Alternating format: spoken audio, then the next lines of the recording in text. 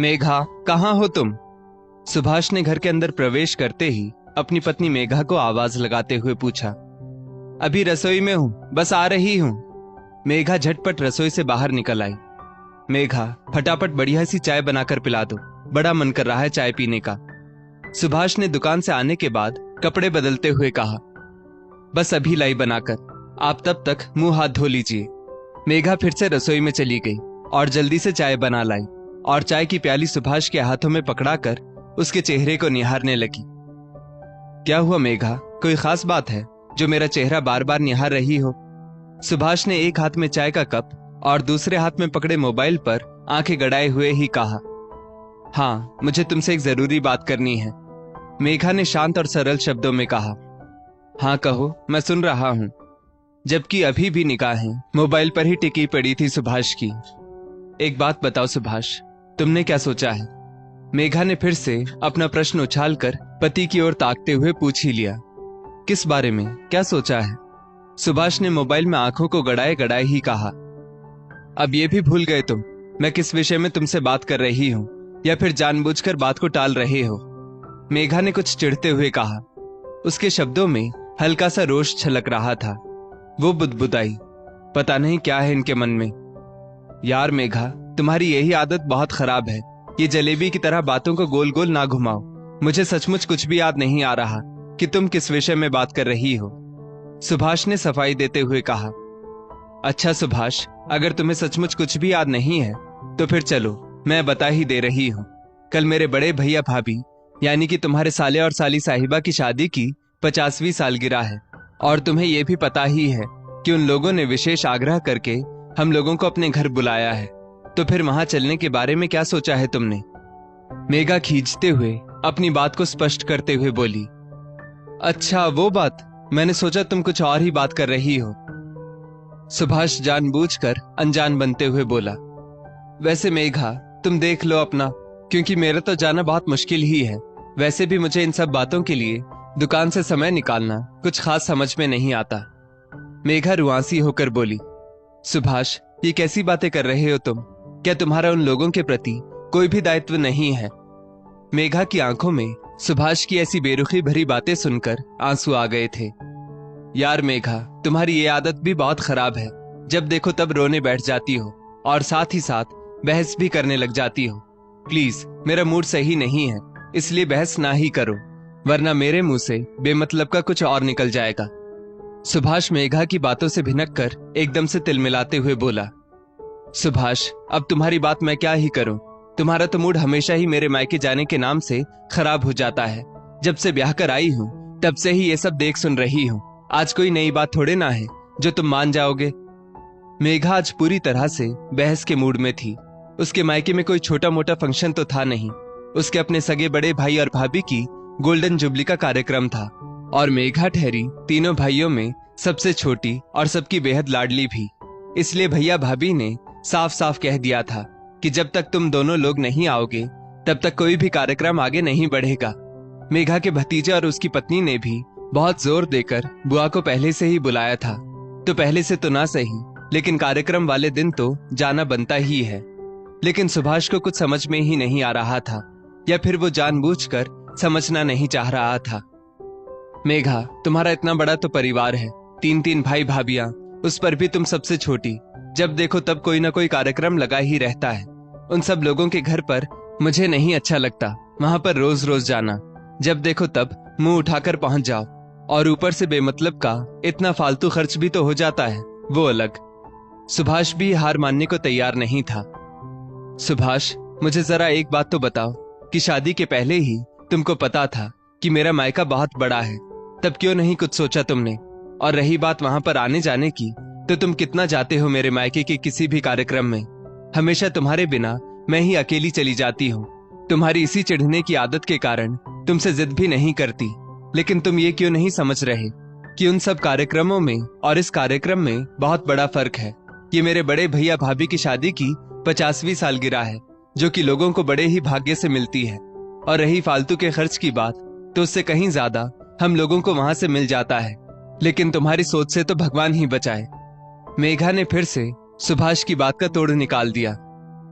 सच में मेघा, मान गया तुमको यार, तुमसे बातों में तो कोई भी नहीं जीत सकता। अब तो सुभाष खिसियाकर बोला। सुभाष, मैं बार बार तुमको बता रही हूँ कि परसों से ना जाने कितनी बार भैया और भाभी के साथ साथ बच्चों का भी फोन आ चुका है और तुम कुछ प्रतिक्रिया ही नहीं दे रहे हो, ऊपर से बेसिर पैर की बातों को तूल दे रहे हो। मेघा भी अब तक बहुत खिसिया चुकी थी, लेकिन आज उसने मन ही मन कुछ तय भी कर लिया था। मेघा के मायके का परिवार ईश्वर की कृपा से काफी भरा पूरा था। 3 बड़े भैया भाभी और 1 बड़ी बहन, और उन सब का अपना अपना भी परिवार। सबकी लाडली और सबसे छोटी थी मेघा, तो उसको सबसे ज्यादा मनुहार करके बुलाया जाता। सभी लोग उसको जी जान से ज्यादा चाहते, क्योंकि उसका स्वभाव बहुत ही मृदुल और विनम्र था। लेकिन सुभाष को तो ससुराल जाने की बिल्कुल चाहत नहीं थी, जल्दी वहां पर जाने का नाम ही नहीं लेता, जबकि भैया भाभी बार बार सुभाष से आने का आग्रह करते रहते। और यही जब सुभाष के परिवार में कोई भी कार्यक्रम होता तो वो महीनों पहले से ही मेघा को तैयारियां करने के लिए कहने लगता, और मेघा करती भी सब कुछ पूरी तन्मयता के साथ दिल से।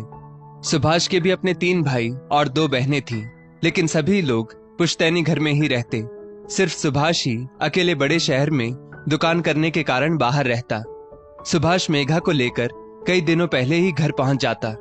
अच्छा तो मेघा को भी बहुत लगता सबके साथ मिलजुल कर, लेकिन उसको इस बात से बड़ी चिढ़ होती कि सुभाष उसके मायके वालों के प्रति कभी भी सीरियस नहीं होता। परिवार में किसको क्या देना है, कितना देना है, सब कुछ सुभाष खुद ही तय करता, जबकि मेघा खुद भी आगे बढ़कर अच्छे से अच्छा सबको लेती देती। लेकिन वहीं मेघा के मायके में कुछ भी खर्च करने के नाम पर ही सुभाष हाथ खींच लेता। क्या करोगी वहां इतना सब कुछ देकर? उन लोगों के पास आखिर किस चीज की कमी है? तुम्हारा बस चले तो तुम अपने मायके वालों पर पता नहीं क्या क्या लुटा दो। सुभाष की इतनी जली कटी बातें सुनकर मेघा अपना मन महसूस कर रह जाती।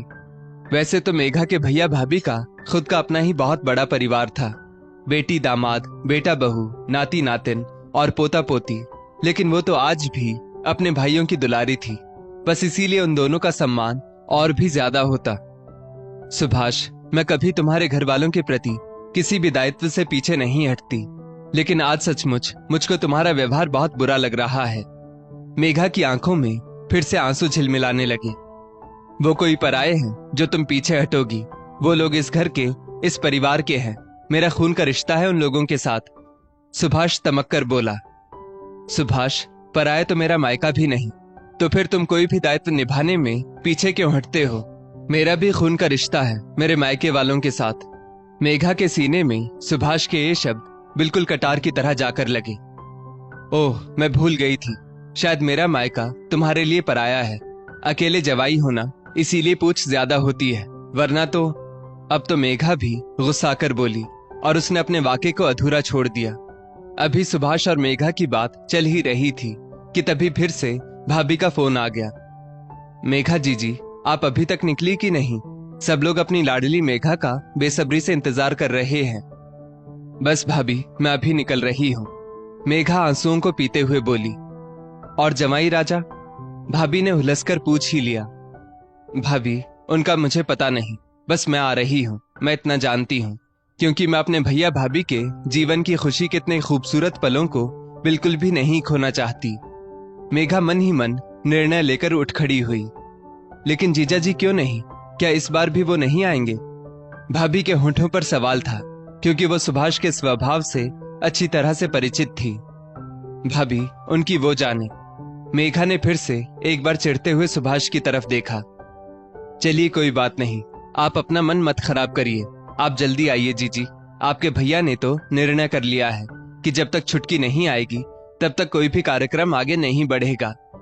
भाभी के ये शब्द बार बार मेघा के कानों में गूंज रहे थे। आज मेघा ने सुभाष के सामने ही बैठे बैठे पूरी हिम्मत करके खुद ही कैब बुक कर ली और तैयारी में लग गई। सुभाष सामने बैठा सब देखता रहा। महसूस तो वो कर ही रहा था अपनी गलती को, क्योंकि मेघा कुछ भी गलत नहीं कह रही थी। वो हमेशा उसके घर वालों के लिए पूर्ण रूप से समर्पित रहती है। कभी भी उसने सुभाष का हाथ नहीं रोका उसके घर वालों पर कुछ भी खर्च करने के लिए, लेकिन वो तो हमेशा ही उसका और उसके मायके वालों का अपमान करने से नहीं चूका। कैब दरवाजे पर आ चुकी थी और मेघा अपना सामान लेकर जैसे ही निकलने लगी, तभी सुभाष ने आकर मेघा का सामान अपने हाथों में पकड़ लिया। अब क्या है, क्या मुझको भी नहीं जाने दोगे? लेकिन आज मैं तुम्हारी एक भी नहीं मानूंगी। मेघा की आंखों में दुख के बादल मंडरा रहे थे। मेघा रुको, मैं भी चल रहा हूं तुम्हारे साथ, सुभाष ने नम्रता के साथ कहा। क्या कहा तुमने सुभाष? सुभाष की बात सुनकर पहले तो मेघा चौंक पड़ी और फिर अचकचाकर सुभाष को देखने लगी। अब ऐसे भी ना देखो यार मेघा, मुझे एहसास हो गया है कि मेरा ससुराल भी मेरे लिए पराया नहीं है। मैं तुम्हारे साथ अन्याय कर रहा था, प्लीज मुझको माफ कर दो। सुभाष ने अपने दोनों हाथों को कान पर लगाते हुए कहा। थैंक्स सुभाष। और मेघा सुभाष के गले लग गई और थोड़ी ही देर बाद मेघा कैब में हवा से बातें करते हुए सुभाष के साथ खुशी खुशी अपने मायके जा रही थी। दोस्तों, इस स्टोरी को लेकर आपकी क्या राय है? नीचे कमेंट करके जरूर बताइएगा और ऐसी ही और भी बेहतरीन वीडियोस के लिए हमारा पेज जरूर फॉलो करें। धन्यवाद।